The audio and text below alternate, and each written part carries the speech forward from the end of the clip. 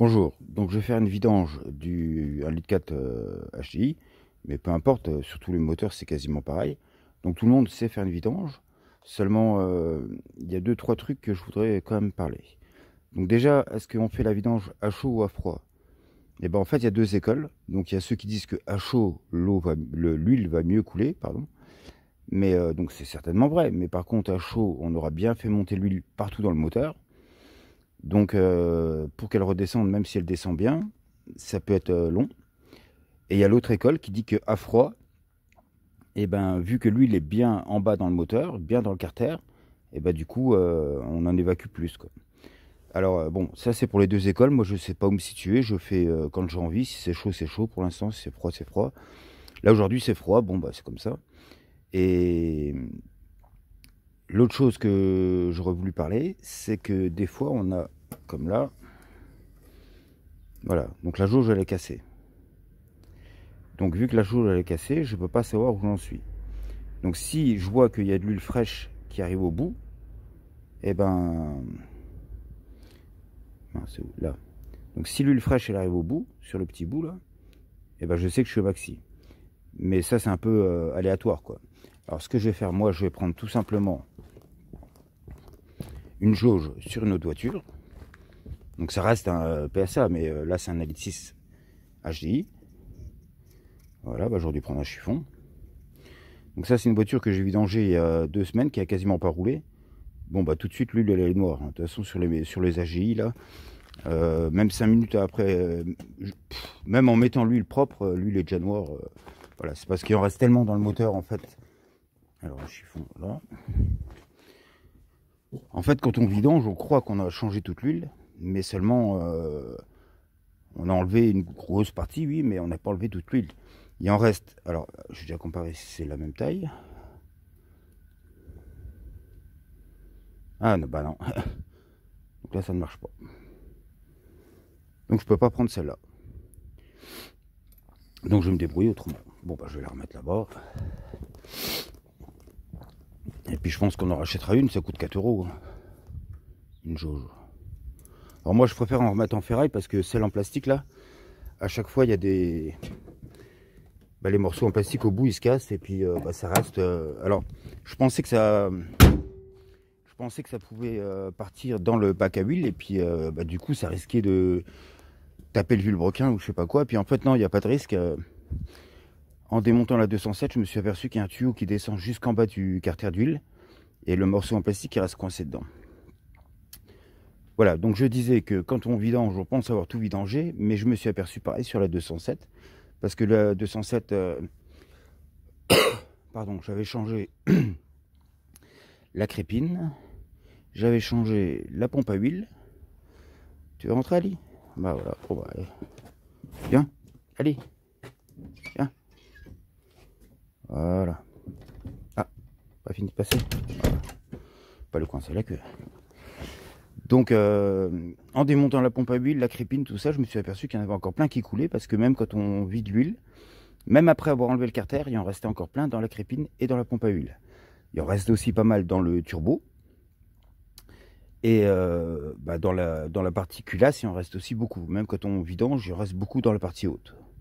Voilà, donc forcément, on change pas toute l'huile.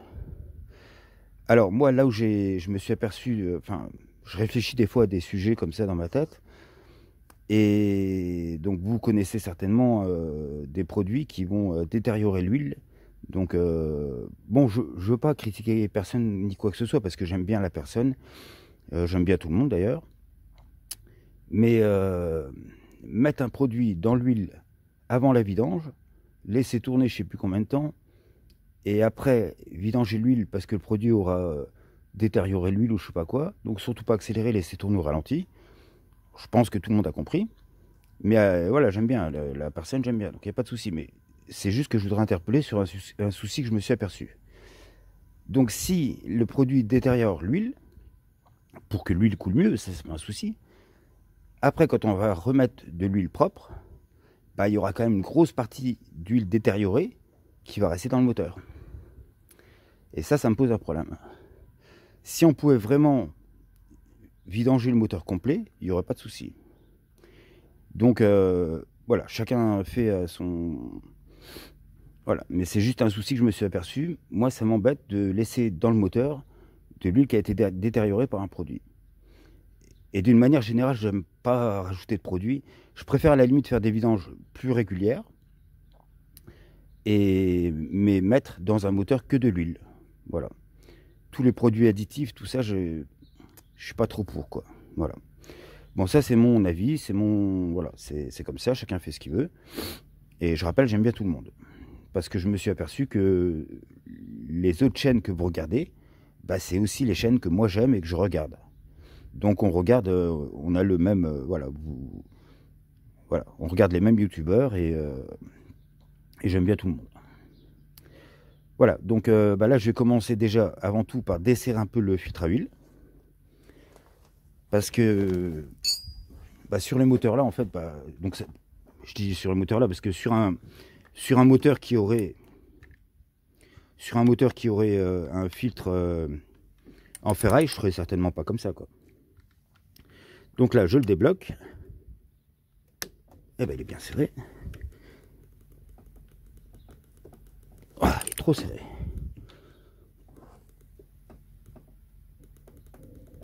Ah, ça y est. Voilà, donc je le débloque.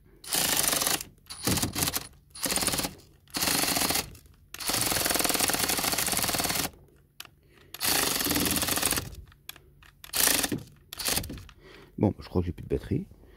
Bon, je peux le faire à la main, c'est pas un souci. Alors. Ah bah oui. Voilà. Bon, bah, on va changer la batterie. Mais en attendant, je vais le faire au cliquet à main. Alors, le fait de desserrer le filtre comme ça, ça laisse passer un peu d'air. On crée une fuite en fait. Hein. Une fois que le joint est plus,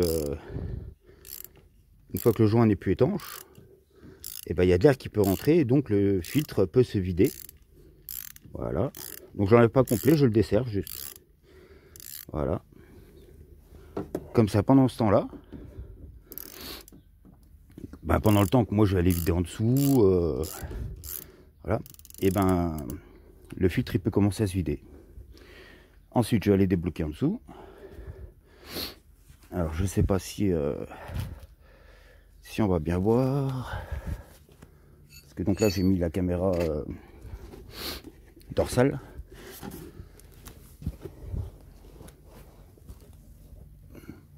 Alors est-ce qu'il faut que je tourne un peu le téléphone? Oh, non, ça va être galère. Bon, de toute façon, je pense que tout le monde sait, c'est pas sur la partie vidange en fait que je voulais, c'est plus sur les trucs et astuces, quoi.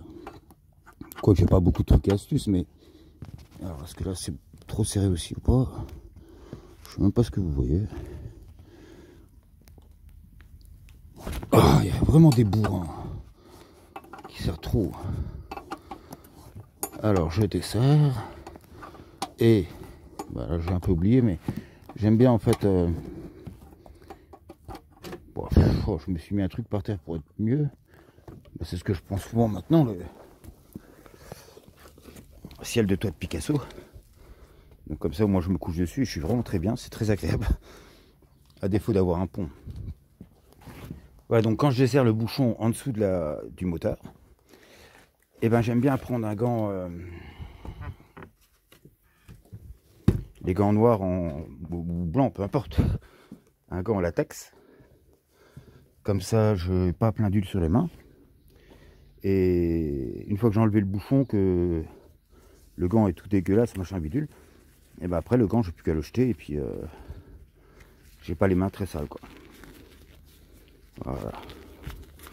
Bon, c'est un peu galère à enfiler quand on prend une taille un peu petite par rapport aux mains, mais voilà, ça va aller. C'est juste pour... parce que quand on a trop d'huile sur les mains, parfois c'est chiant, et surtout quand on a un travail où on doit avoir les mains propres, quoi. Voilà. Donc là, est-ce que je peux le dévisser à la main? Oui. Et non, à un moment donné, ça bloque. Oh là là. clé au-dessus. Voilà. Ça, les bouchons de vidange, là, ils ont pas... Pour moi, ils ont pas très bien fait ça parce que bah, j'ai toujours des soucis avec les bouchons de vidange, là. À un moment donné, ils se desserrent bien, après ils bloquent, on s'aperçoit que les pas de vis ils sont un peu abîmés, alors que ce soit dans le carter d'huile ou directement sur la vis. Alors bon, les pas de vis sont souvent abîmés parce que les gens ont trop serré aussi. Mais bon, c'est sûr que ça fait peur hein, de se dire si le bouchon d'en dessous il pète. Mon frère il avait une Panda comme ça, il avait été au garage faire le... Bah, c'est vieux, hein, c'est dans les années 80. Mais il avait été faire la vidange au garage. Et puis en repartant, bah, la voiture a dit bah, manque d'huile ou un truc comme ça. Il s'est arrêté, puis en fait il a perdu tout l'huile et le moteur était cassé. Bon bah du coup la Chine 205 GTI, 1,6 litre. Donc ça devait être la 105 je pense, pas la 115. Je sais plus. Et pareil, c'était fait voler les 4 roues en pleine nuit sur la GTI. Et donc du coup, bah, le temps que le garage il lui remette 4 jantes à lui dessus. Ah, ça, je crois que je peux desserrer la main.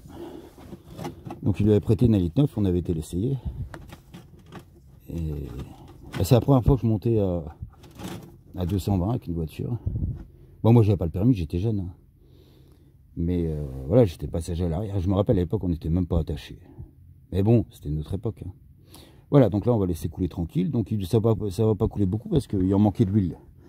Donc, a priori, ça devrait aller vite. Bon, aller vite, de toute façon, c'est le début qui va vite. Et puis après, en fait, voilà, donc tout de suite, j'essuie bien le bouchon. Avec un chiffon propre, ça aurait été mieux. Et quand je peux, tout de suite, je change le joint aussi. Comme ça, c'est fait. Mais là, bah, j'ai pas été le chercher. Donc, bah, je vais y aller tranquillement. Chercher le nouveau filtre. Et puis, bah, de l'huile. Moi, j'achète l'huile... j'ai envie de dire en grosse quantité. J'achète l'huile en bidon de 20 litres. Sur un site allemand, là. Hein, tout le monde connaît. Et c'est... Le fait de prendre en 20 litres, ça me fait du 5 € le litre. Que si on va au Leclerc ou au Cora, un truc comme ça, on a facile pour presque 10 € le litre. Alors voilà quoi. Bon. Et puis même si on dit que, enfin, je pense que c'est de la bonne huile, c'est de l'huile allemande. Mais même si quelqu'un me dit, oh oui, non, mais elle est pas bonne. Oui, bah de toute façon, je change souvent. Donc, oh. Ah, même ça, c'est bloqué. Je trouve que ça n'a pas été desserré depuis longtemps, ça.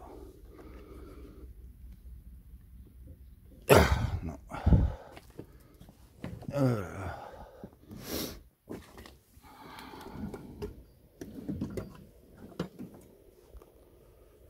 Voilà, donc quand c'est trop serré, ça m'arrive des fois sur la voiture de la... Enfin bref, peu importe. Et ben je prends une pince comme ça. Et je desserre. Voilà, c'est juste pour le décoller. Après, voilà. Mais là, à mon avis, ça se trouve, ça fait longtemps que ça n'a pas été vidangé.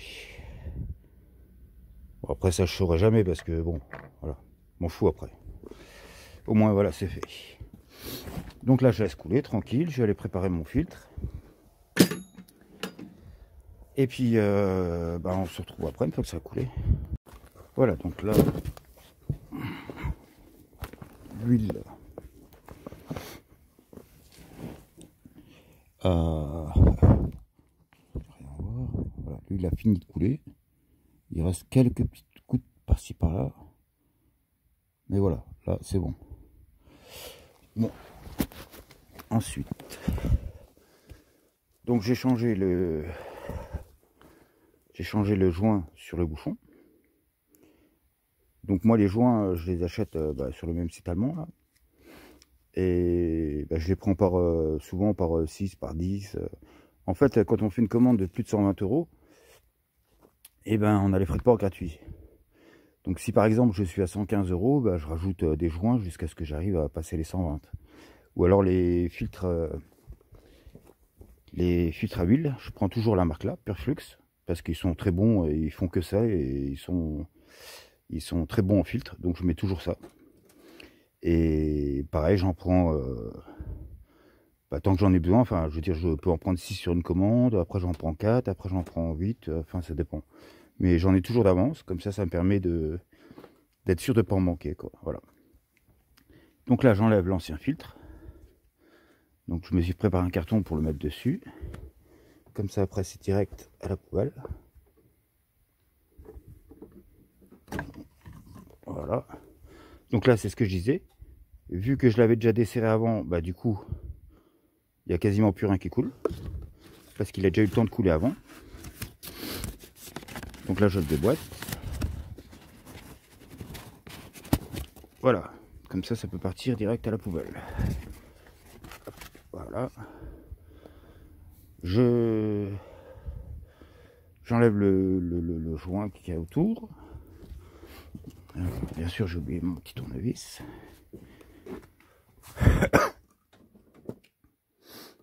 Voilà.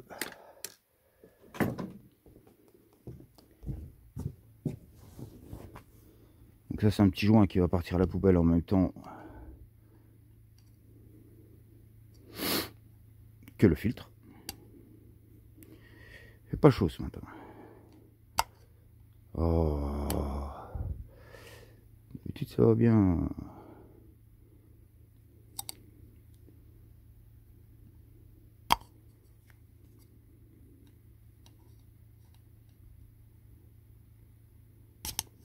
Voilà. Donc je mets le tournevis comme ça. Et puis en fait en tournant comme ça, le joint il s'enlève tout seul. Voilà. Et puis hop à la poubelle aussi. Parce que avec le nouveau filtre, bon ça je pense que tout le monde sait, mais et ben il y a dedans un nouveau joint.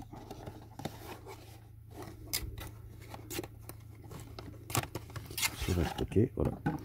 Donc on met le nouveau joint autour. Voilà. On fait attention qu'il soit bien dans l'emplacement. Alors si on veut, on peut le graisser, hein, mais en fait il reste tout le temps... ce qu'on va voir là. Ouais, donc c'est là. Hein. Il reste tout le temps plein d'huile dedans. Donc en fait, dès qu'on va commencer à le visser, il va automatiquement se huiler tout seul. Voilà. Donc je mets toujours le filtre dedans. Parce qu'il faut bien faire attention que la partie là soit bien en bas dans son emplacement. Voilà. Alors normalement on peut pas se tromper. Voilà. Et ensuite on met le couvercle et on peut serrer.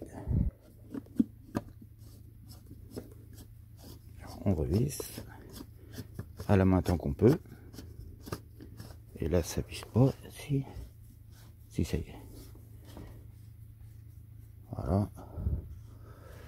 Ensuite on reprend le cliquet. Et donc là on serre. Mais on ne serre pas jusqu'à ne plus avoir de force. On serre jusqu'à ce que ça bloque.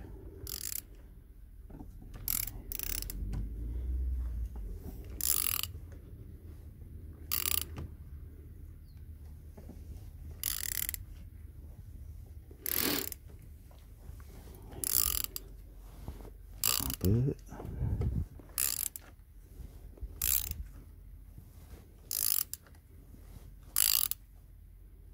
Voilà, bien bon.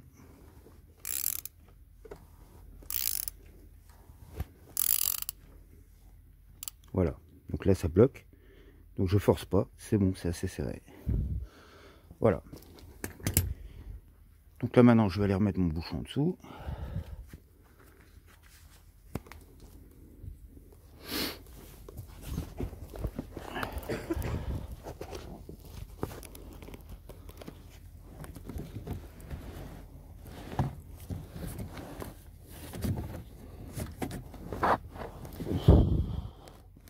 Avec le téléphone à dorsale c'est un peu compliqué.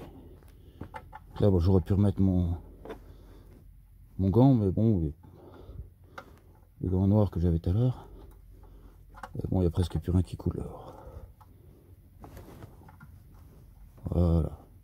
Donc là j'ai réussi à reprendre le pas de vis, mais voilà, à peine j'ai commencé à serrer que la main je peux déjà plus quoi.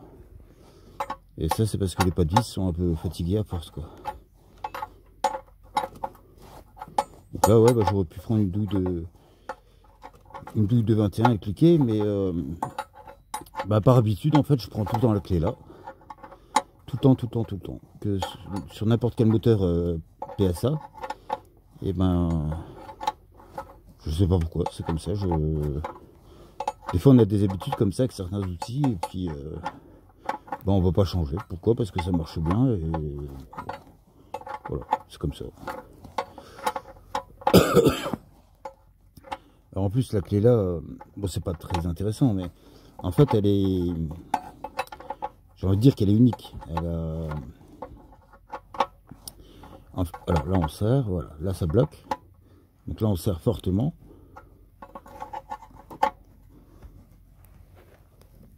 Voilà, mais pas comme un gros débile non plus. Voilà. Donc voilà, je disais que avant que ça coupe sans raison. J'espère que voilà. Bon bref. Donc des fois je prends de la 540 et des fois de la 530. Bah, c'est tout simplement que je regarde celle qui est le moins chère en bidon de 20 litres. Et des fois bah, c'est la 530 et des fois c'est la 540. Quoi. Ça dépend. Voilà. Donc là je remplis ma bouteille. Donc avec une pompe pareil que vous connaissez aussi. Hein. François il en a assez fait la pub. Enfin, la pub. Les outils que je me suis servi dans la description. Hein, c'est pas forcément de la pub, hein, mais voilà. Donc là, c'est pas très rapide, mais au moins j'aime bien. On voit ce qu'on met, on sait. Une fois qu'on a mis 1 litre, on sait qu'on a mis 1 litre. Que les bidons de 5 litres, on sait jamais. Il faut regarder, machin. Bon, après c'est des détails, mais voilà. Donc je mets comme ça 4 litres. Et puis, bah, y en aura assez, tout simplement. Voilà.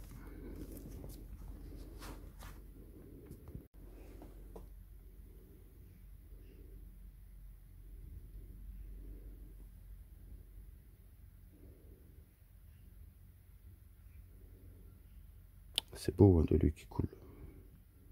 Donc voilà, 4 litres comme ça. Et après, on a l'avantage de... Sur ces voitures-là, en fait, c'est la fiche au tableau de bord si on en a assez ou pas.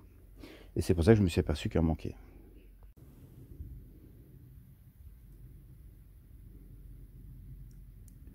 Deux.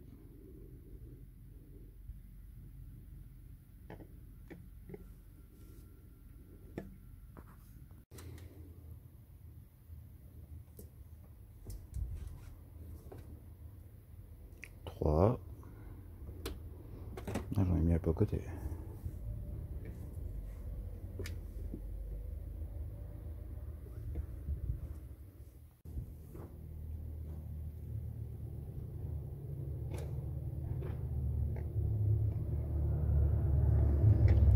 Et 4. Voilà.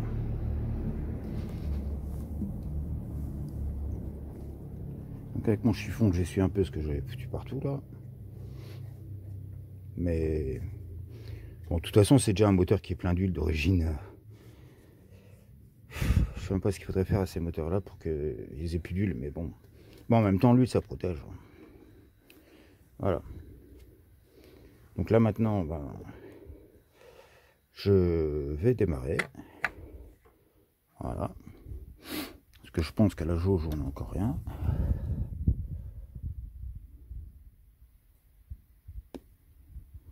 On voit pas trop quand c'est cassé comme ça. Mais bon, voilà, je me fier à ce que le tableau de bord me dit. Et puis, bon là, elle est un peu en pente et tout, mais ouais, non, là, il n'y a rien. Mais de toute façon, voilà, je sais que là, 4 litres, on est bon.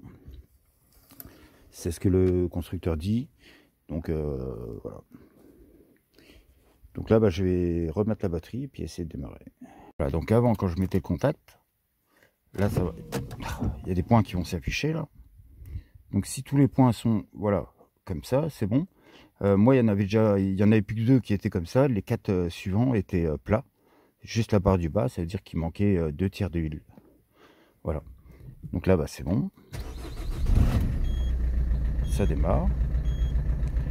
Donc là, je laisse un peu tourner le temps que le filtre à huile il se remplisse, tout ça. Et puis normalement, on n'est pas trop mal, quoi. Non, j'ai l'impression qu'elle tourne pas bien encore. Hein. Parce que j'ai changé le cylindre bloc anti-basculement. Donc là, il y a déjà moins de secousses au niveau du moteur. Mais je pense qu'il y a encore des choses à revoir sur cette voiture. Voilà, donc je vais aller contrôler qu'il n'y a pas de fuite d'huile. Et puis, ben voilà, bientôt, au revoir.